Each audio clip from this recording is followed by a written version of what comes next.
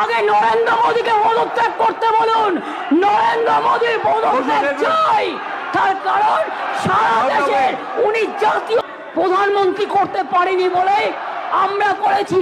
প্রধানমন্ত্রী আপনি দেশের লজ্জা, আপনি মেয়েদের প্রোটেকশন দিতে পারেন না, তাই আপনার পদত্যাগ দাবি করছি।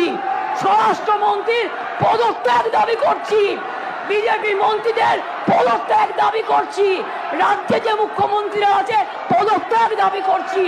আর অপোজিশন লিডার গুলি চালাবার কথা বলেছেন, তাকেও পদত্যাগের দাবি করছি। মনে আছে আপনাদের? কেউ তো একবারও স্বীকার করলেন না উন্নাওয়ের কথা। 2017 সালে নাবালিকাকে ধর্ষণ করেছিলেন। আমি একজন বিধায়ক বলবো বিজেপি, কিন্তু আপনি বলতে বললেন আমি কিন্তু আপনার পার্টির নাম বলতাম না, সরি, এটা আপনি আমাকে বাধ্য করলেন বলতে, কারণ তিনি এখানে প্রেজেন্ট নেই তো বলে নামটা বললাম না। নামটা আমার কাছে আছে, আমি অ্যাসেম্বলি পার্লামেন্টের আমি সিস্টেমটা জানি।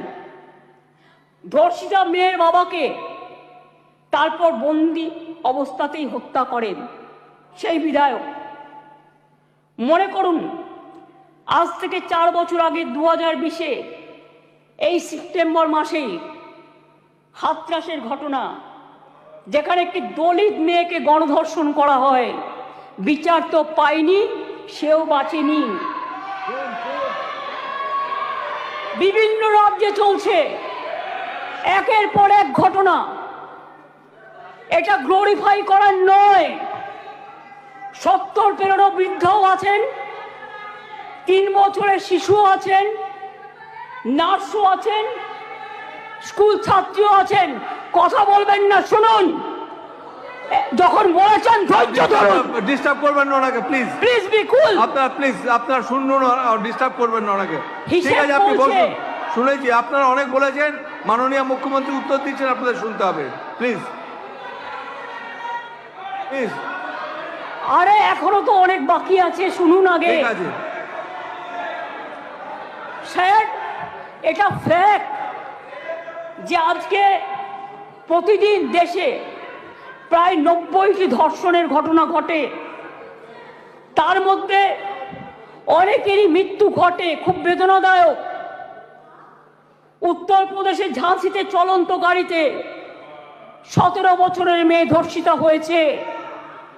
উত্তরপ্রদেশের বারাবাঁকিতে 9 বছরের মেয়ে ধর্ষিতা হয়েছেন। শাহজাহানপুরে মহিলা ধর্ষণের শিকার হয়েছেন। বুলন শহরে 6 বছরের মেয়েকে ধর্ষণ করেছেন। আগ্রা ইঞ্জিনিয়ারিং স্টুডেন্ট একটি মেয়ে ধর্ষিতা হয়েছেন। উত্তরাখণ্ডের নাট ধর্ষণ, 9 দিন পরে দেহ পাওয়া গেল। ওড়িশাতে ধর্ষণ হলো পেশেন্ট। মহারাষ্ট্রের বদলাপুরে 2 নার্সারির বাচ্চা সেক্সুয়ালি অ্যাসাল্টেড হলেন। মুম্বাইয়ের 13 বছরের মেয়েকে ধর্ষণ করা হলো। কোলাপুরে একটি বাচ্চা মেয়ে ধর্ষিতা হলো। আসামে 13-14 বছরের মেয়েকে গণধর্ষণ, যেখানে যে দোষী তাকে এনকাউন্টারে মেরে ফেলা হলো, বিচার হলো না।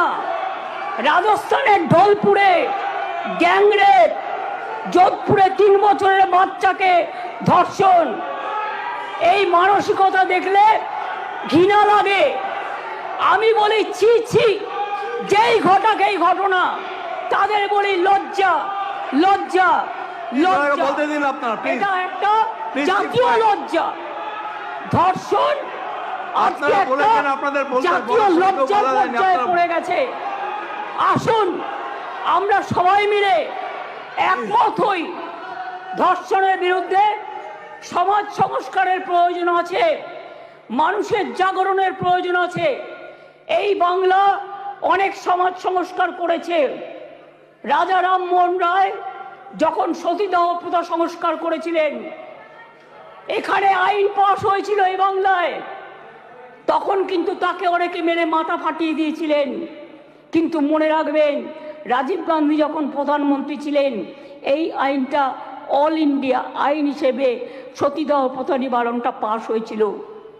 ঈশ্বরচন্দ্র বিদ্যাসাগর, মনে রাখবেন, বাল্য বিবাহ বন্ধ বিধবা বিবাহ প্রচলন করেছিলেন, সতীদাহ প্রথা নিবারণের জন্য রাজা রামমোহন রায় করেছিলেন এবং এই আইন এখানে পাশ হয়েছিল। তারপরে রাজীব গান্ধী যখন প্রধানমন্ত্রী ছিলেন তখন দিল্লিতেও পাশ হয়েছিল পার্লামেন্টে। এটা এখন অল ইন্ডিয়া আইন।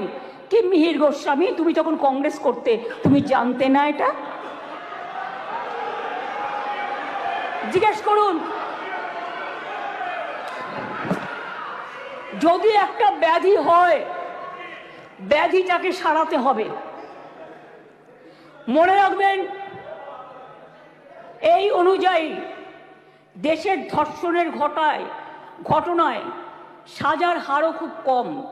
কেন সাহস পাচ্ছে এত, এটা আমাদের উপলব্ধি করতে হবে। ক্রাইম ইন ইন্ডিয়া 2022-এর তথ্য অনুযায়ী দেশের বিভিন্ন প্রান্তে ধর্ষণের ঘটনায়, সব রাজ্যেই পুলিশ আছে, সেন্ট্রালেও আছে, ধর্ষণের ঘটনায় গড়ে 76% ক্ষেত্রে পুলিশ তদন্ত শেষ করে চার্জশিট জমা দিতে পেরেছে, কিন্তু মাত্র 2.6% 56% ক্ষেত্রে অপরাধী দোষী সাব্যস্ত হয়েছে। প্রবলেমটা কিন্তু এই জায়গায় রয়ে গেছে, গলদটা।